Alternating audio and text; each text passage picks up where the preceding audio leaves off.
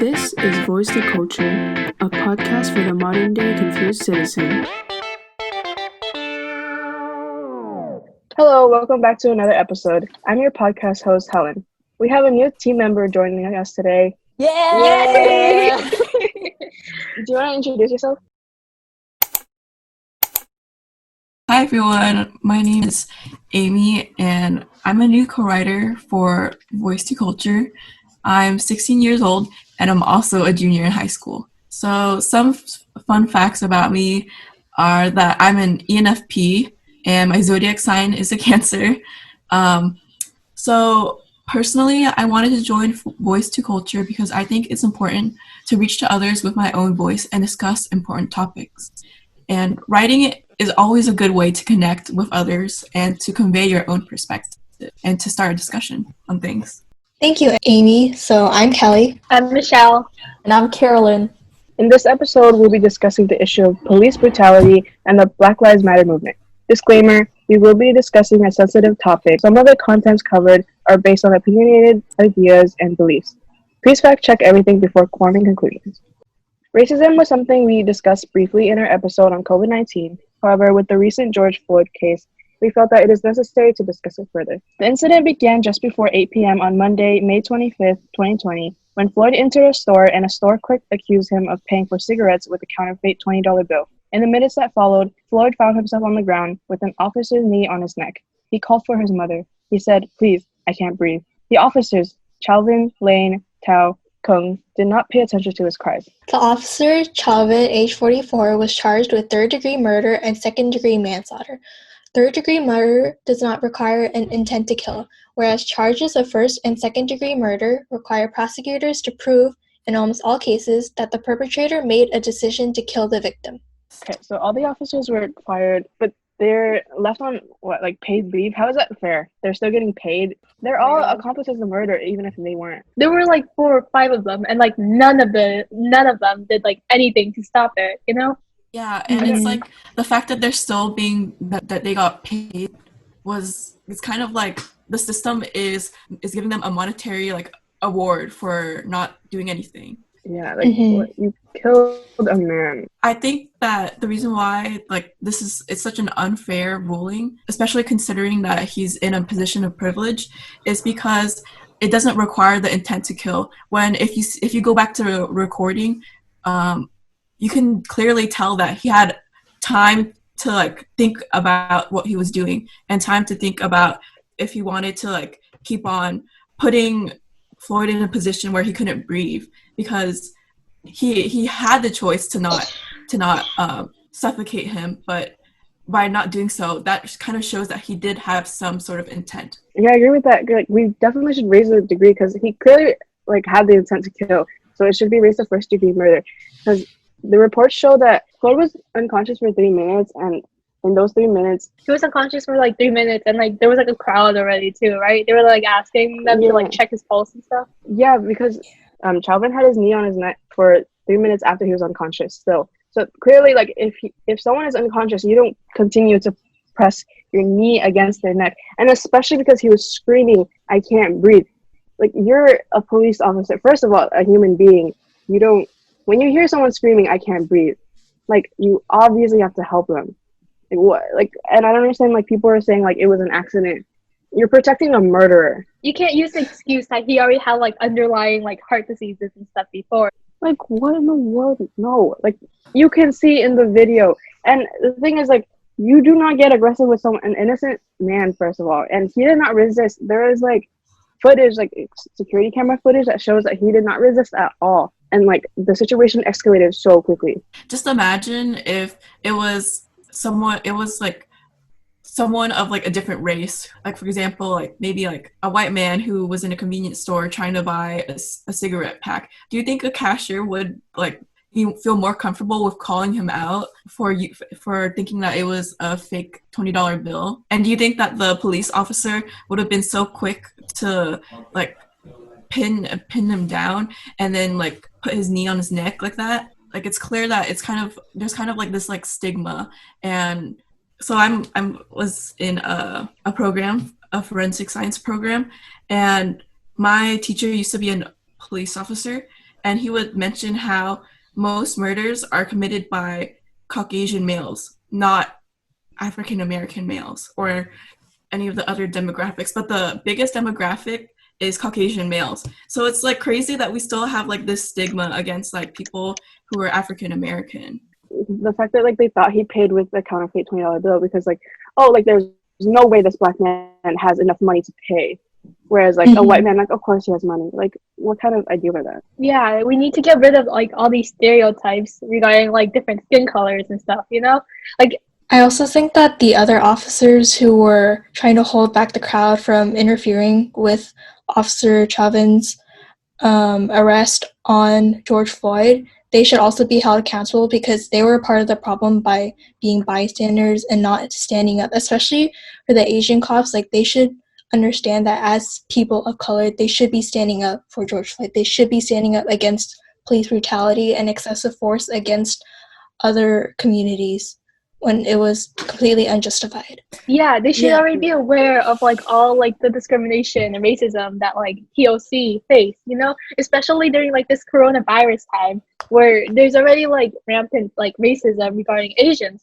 They should already understand that like things are happening to like George, like they should at least understand it to like some degree where they should have stopped him. Yeah, especially when his restraint technique wasn't actually part of like the department's training.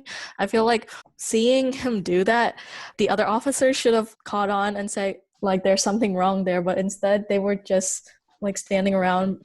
So some of you may have seen the term ACAB, which stands for all cops are bad or all cops are bastards. So yeah, like obviously there are good people in the world, so obviously there will be good cops, but I feel like that saying is more towards the system more than just people. I see a lot of like people on Twitter using that, and people defend the system, and they're like, "Oh no, like they're good cops and stuff." Well, look at the system, like, and how like ruined it is. Like it was built so corruptly.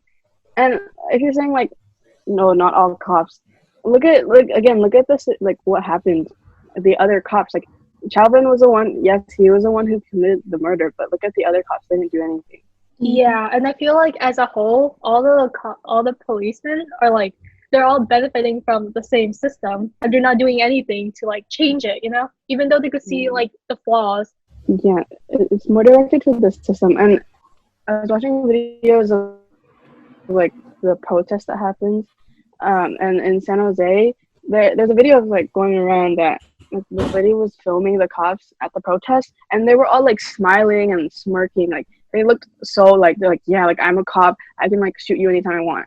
That's so messed up. Like, just like it's kind of like when you become a cop, you get like a position of power and you get like the ability to carry around a gun. And I think it might go to like some cops' heads, and it might make them like feel as if like they get to like exert their power and their superiority over people who aren't as privileged, who aren't able to like fight back. And I think like the movement now should kind of like shed light on how almost like corrupt that is. Mm-hmm. Do you guys know that you only need a high school degree to become a cop in California? After that, you just need to go through a certain period of training and then you're licensed with a gun. Whereas like lawyers and firefighters, they have to go through longer periods of training, and especially with lawyers, they have to get higher education and be educated on the laws and the rights that are in the American system. Yeah, I definitely feel like they should require like more training, because like right now it feels like they're just willing to accept anyone, you know. I also feel like when you like only require like a high school degree, like the person who just got out of high school, their brains aren't fully developed yet. They haven't reached maturity yet, and I feel like a lot of these cops who like commit these like crimes are like often pretty young. I think it's sort of the system's fault, because you're setting these young adults into the world. They're not being properly taught that like everyone is equal. I think there should be like more emphasis on like the protocol, and they all need to be better educated at proper etiquette as a police officer, but as well as like a person, because I don't know, things like this are pretty like immoral, and the fact that like the court is like sort of defending him by not titling this case as like a first-degree murder or a second-degree murder is, I think, very immoral. Yeah, I feel like because like you're fresh out of high school and you're like that level of maturity has not been reached, and it's more of like maybe like you have aggression inside yourself and you want to let that out. So you're like, okay, but I want to do it legally, and so a lot of that aggression is shown through their work and like holding grudges against other people. Like, I just think that because some people are saying like not all cops are bad, if we are trying to raise a generation of good cops, we should focus on, you know, fixing the system. And that starts with educating our cops on what is right and understanding that they, even though they have such a power of, you know, shooting people and persecuting people, they should check their own power and understand that their power can sometimes overstep. And in this case, it would be the George Floyd case. If you haven't heard, there are a lot of protests, especially in Minnesota, going on where people are standing outside the officers' homes and they're quote-unquote rioting, because some people believe that because they're doing their protests in such a violent manner, it's not justified, whereas other people believe that they've been trying to do peaceful protests for all this time and it just hasn't been working, so they're resorting to violence. What are your guys' thoughts on that?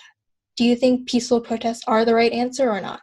I feel like violence is never the answer, because whenever you involve like some form of like hurting other people, that always like takes the stage instead of the cause that you're fighting for.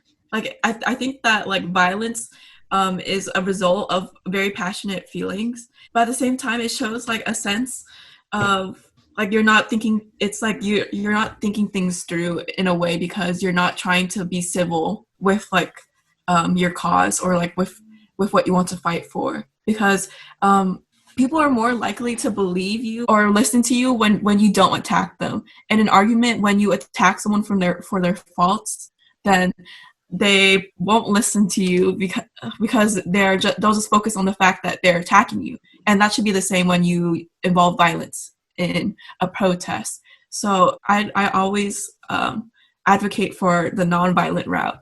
Yeah, it's kind of difficult for me because I do think that peaceful protesting is the best way to go, so that the narrative can't be twisted, and you know, because there's this stigma that like Black people are violent, and they're animals and stuff. So I feel like if it does get violent, the media does portray Black people as violent and such. But at the same time, like we've been protesting and we've been asking for equality and whatnot, and this movement has been going on for so long. But, like, there comes to a point where if we are peaceful, no one's going to listen, and so you do have to disrupt a little bit of the peace, and you do have to get not necessarily violent, but a little rowdy, I guess, like just to raise more, like blocking like the freeways and stuff. A lot of people are like, why are you blocking the freeways?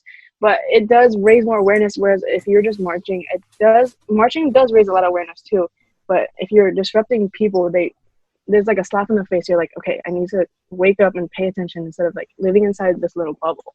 Yeah, because remember the U.S. national anthem protests where the NFL players, like, they took a knee during the national anthem.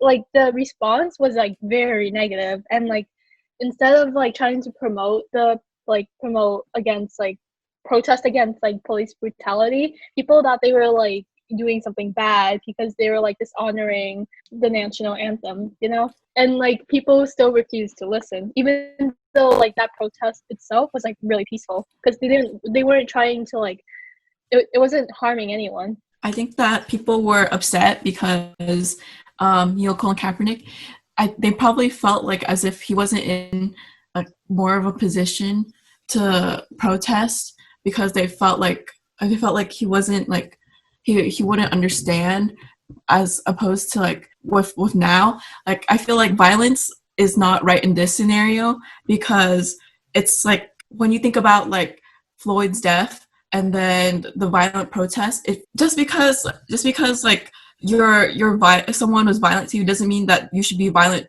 to them, because then that's all you guys will ever like think about. It's like, oh, how can I hurt this person, you know?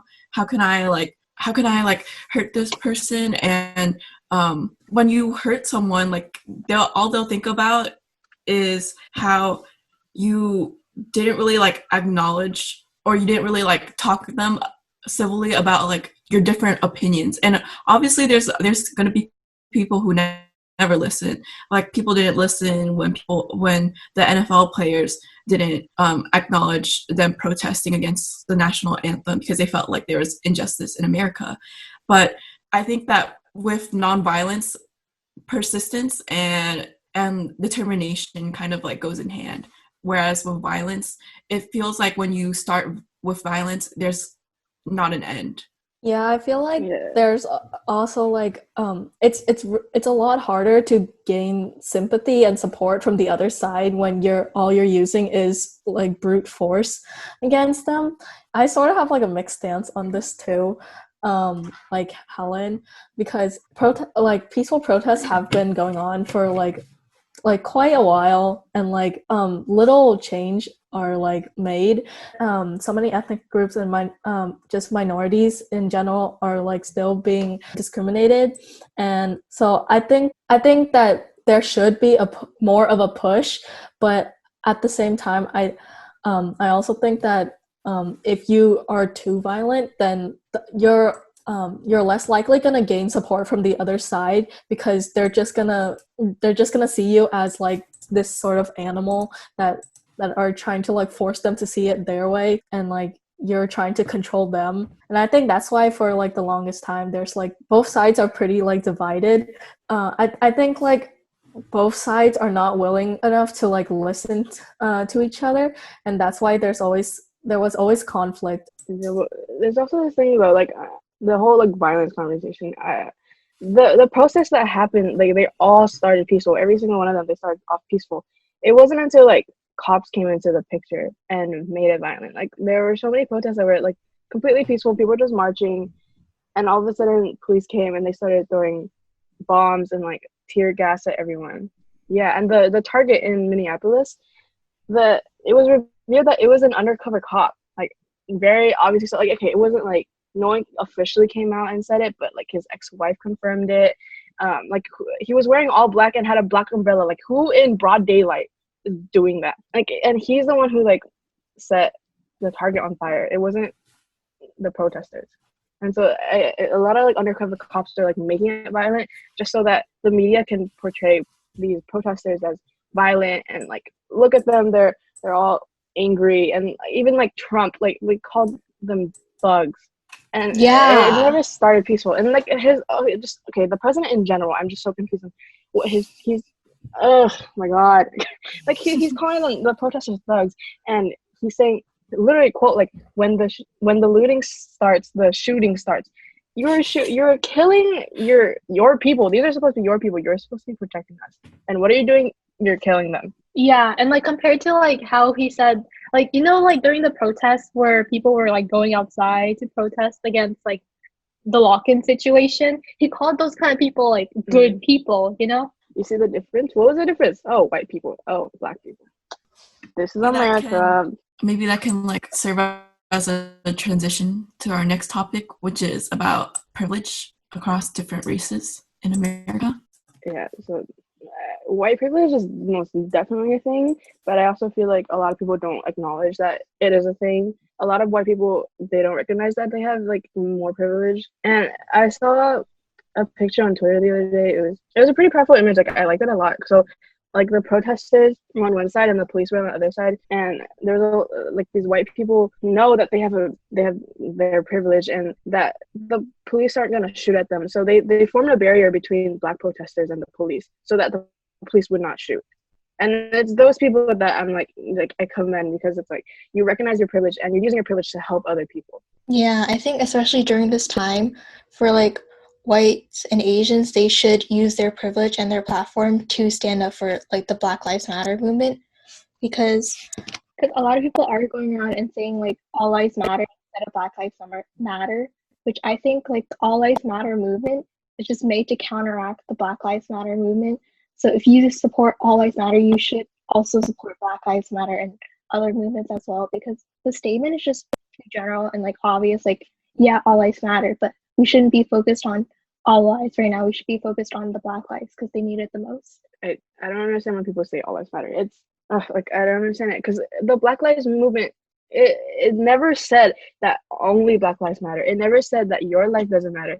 They're saying Black Lives Matter too, because when you say all lives matter, you're disregarding Black people and you're disregarding the movement, because obviously Black people aren't treated the same, and obviously you don't think that Black lives matter. So this movement is saying that we also matter. And yeah, like the whole like Asians thing, like we should. I don't know why. Like I know there's like so much anti-Blackness in the Asian community, and that obviously stems from like I guess like our parents and where they came from. But you being born here, like you know better. And you should also stand up for Black people, because we all are our POC and we all face discrimination. And Asians, honestly, like if you look at it, we face less than Black people do, because I guess because like we have lighter skin, I guess.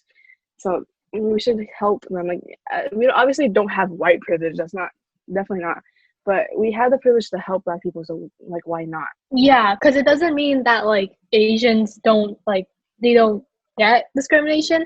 It's just that we get less than Black people, you know. And I feel like we should make everything like a competition. So like if because like right now we need to focus how Black lives matter, you know. We shouldn't bring up like other races and stuff up, because right now we're talking about the George Floyd case. You're bringing up other irrelevant stuff. Like, okay, it's like that metaphor that everyone's saying. Like, there's a group of kids. There's 5 kids.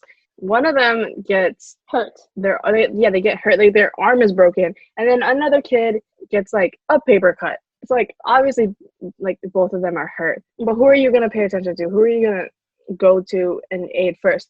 The kid with the broken arm, because they're the one that's being hurt the most. And the kid with the paper cut, they can take care of themselves. Give them a Band-Aid, but you can give it later. You don't. That's not your focus. And that's what's happening right now. Like Black people, they're the ones being discriminated against the most, and they're the ones being hurt the most.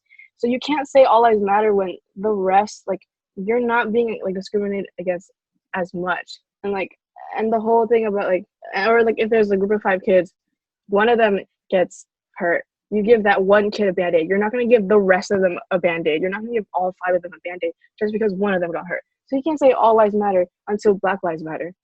I actually want to go back to the protests a bit, because some people were arguing that it's not right for them to be burning down like local businesses, because I know they did burn down like a Target, but the thing is with Target is that it's like a multi-million-dollar company. They can rebuild their business from that one shop, but then the local businesses, they don't really have much to build with. And some people are arguing that we shouldn't hurt them. Yeah, and like to add on to Kelly's statement, the reason why people started like rioting like in like at Target was because they refused to let like the protesters buy like milk and water. Yeah, it was that specific Target, and I've heard that like they fund like the police department, and like they're refusing to sell the protesters milk and stuff. So like that's the reason why that specific Target, and it's a corporation. Corporations bounce back so easily. They have so much money, like they don't need to, And I think even like Target came out with a statement that they support the movement, and they can bounce back. But don't like harm like small businesses, because they didn't do anything, and these people were already hurt, especially with COVID-19, and it doesn't help you in any way to hurt those small businesses. I don't see the point in like stopping these people from like going to your store too, because they're going to your store to buy stuff and they're refusing service to these people. And like if they said they support this movement, then they would let them, because the main reason why they're buying like milk and stuff is for to like help with their eyes when they're hit with the tear gas. If you look on the news, places where the police officers are using tear gas against the protesters, the protesters use milk as a way to like protect their eyes and keep them from burning. And so like if you know this is happening and like you're preventing them from getting the help that they need, then like I don't know, you're kind of contradicting yourself. Yeah, and then like aren't the cops, they're not supposed to like use the tear gas unless someone lays a hand on them, right? There's been protesters that would just be like standing there and they would start just throwing the tear gas like randomly and spraying pepper spray like on them, but they haven't done anything. They would just be standing there. Why are you shooting at them? Yeah, also I heard, I don't know if it's for sure, if this is a fact, but I heard that tear gas is like, you can't use that in warfare. So if that's banned in warfare, why are the cops using that? Yeah. Yeah, especially like when there's like children that's like in the protest too, you know? You're harming the lives of children. Oh my god, did you guys see that they're literally employing children for like a militia, like literally they're kids like Really? in Atlanta. They're literally, yeah, they have these kids, like, okay, not armed, but like they have, I think, like a bat or something, but these kids literally have like the shields and like a full on like army or like military like uniforms and everything, and these are children like against like the protesters, and I'm like, you guys are putting children at risk, like at this point. Or like children were already Scary. at risk because they were at the protest, but now you're like literally making children fight against the protesters. What about that wheelchair lady? I forgot her name. Oh my god, Miss Jennifer. Oh my Good god. lord. Miss Jennifer, that's an Jennifer. okay, Jennifer. No, dude, okay, I don't understand why she did that. Okay, like, you're only hurting yourself. Literally, like, what do you gain from protecting Target? Like, the Target was already looted, and you're standing outside, you're trying to stab people. And the fact that she was only like targeting black people, not white people, like the white people should just let them go. And then she's like trying to stab people. Like, what are you getting from that? You're protecting like a Target, a corporation. You yourself, not, you're not gaining anything from it. I don't get it. And like the fact that, okay, also like she could actually walk, she's just like in a wheelchair because she's in a wheelchair, and she's actually 30 years old, not like some elderly lady. But like, again, like the whole like media like twisting narratives and stuff, like they painted her to be like a very like, they painted the protesters to be violent, and they're like, look, they're attacking an elderly lady in a wheelchair when she's only 30 and she's just in a wheelchair because she's in a wheelchair, and she's just fighting these people for no reason. Yeah, so for those of you who don't know, Jennifer is a lady who pretended to be a part of the protest and ally with the other protesters, but in reality, she was a lady posing as an old woman in a wheelchair while she was stabbing the allies in the back. I will say the memes are funny, but at the same time, it's like, oh my god, like really? Like, what are you gaining from that? It's not like Target's gonna be like, oh my god, thank you so much, you're a savior, and like give you like $1 million or something. Speaking of like doing something, like, because Jennifer did not do anything, I feel like there's so many like celebrities and people with a big platform who are not speaking about it, and your silence does not go unnoticed. Your silence is very, very loud. You're showing that like you're choosing the side of the oppressor. Obviously, like, it's so painstakingly obvious that, because if you're not speaking up about it, then clearly you think that all this is okay, and that there's so many people. Like, I saw this like tweet that said, I think Kylie Jenner. Let me find it. So like Kylie Jenner, she tweeted that like she didn't like Snapchat's new update or something, and she apparently lost. Snapchat apparently lost $1.3 billion in stock after that tweet, and she just tweeted that she didn't like the update. So imagine if she actually, because I think Kylie Jenner did talk about it eventually, but only after like all the backlash and stuff, and even then she didn't like, it didn't seem authentic or anything. So like if she actually like used like her platform and like along with like so many other celebrities, like imagine how much you can actually do, because so many of them are silent, and it's disappointing, and it's not shocking, but it's just like really like you could do so much. Like, you influence so many people, and yet you're choosing to be silent.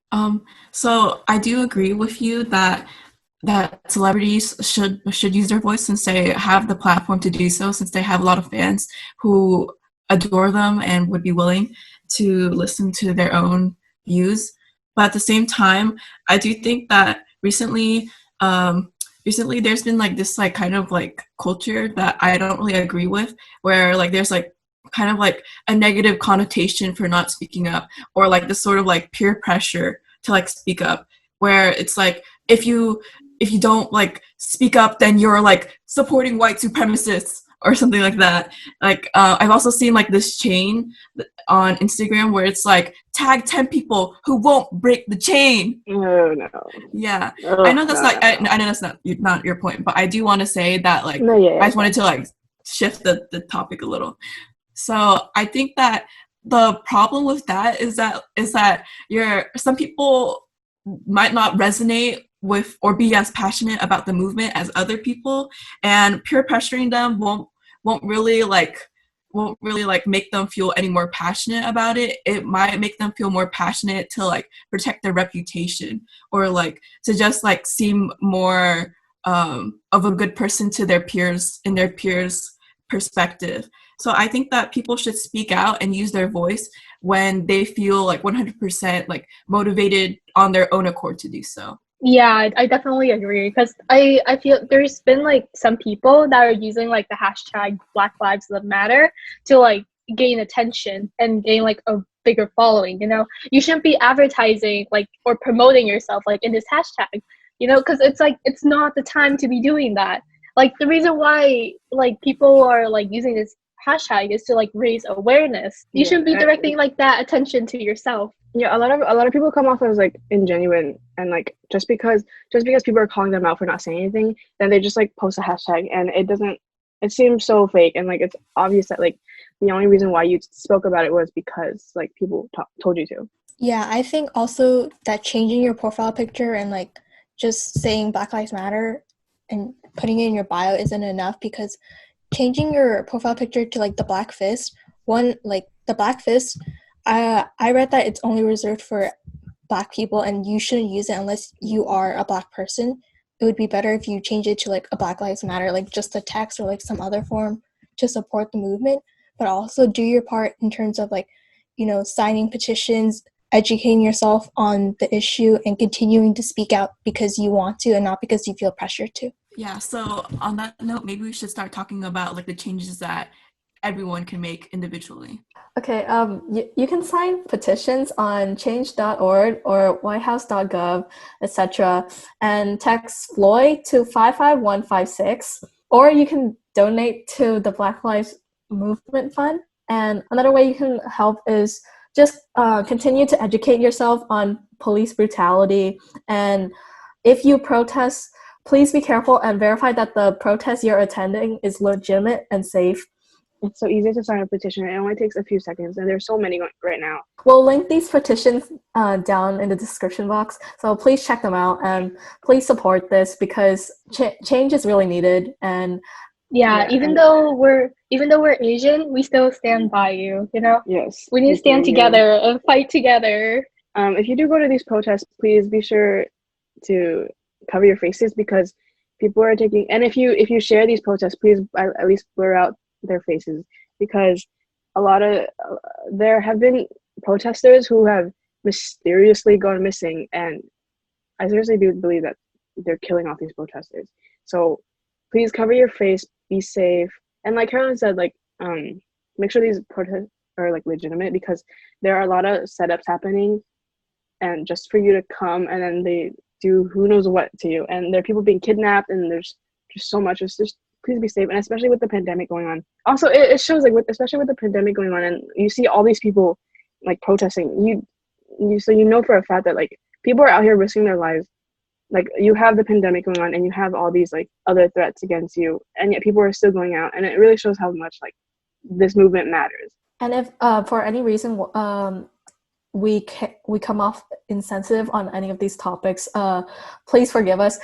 We are doing this all out of good, and we're here to support you guys and the Black Lives Matter movement. I just wanted to say thank you guys for having me on this first episode. I'm honored to speak about this topic. I feel like it's a very important topic to talk about, and yeah, I'm glad to join. Yeah, yeah, you're gonna be seeing more of her. So. Yes, it's not this face. Oh, you enjoy her eloquent voice because she words things so well. What the heck? Thank you. Real queen. Okay. And that's it for our 4th episode. If you like what you hear, please check out all our socials to keep updated with upcoming episodes, articles, and other content. All our ads are at Voice of Culture. You can also subscribe and hit the bell icon to be notified every time we upload a video. Be safe. Be sure to use your voice whenever you can and feel comfortable with doing so. And stay you. Thanks for listening.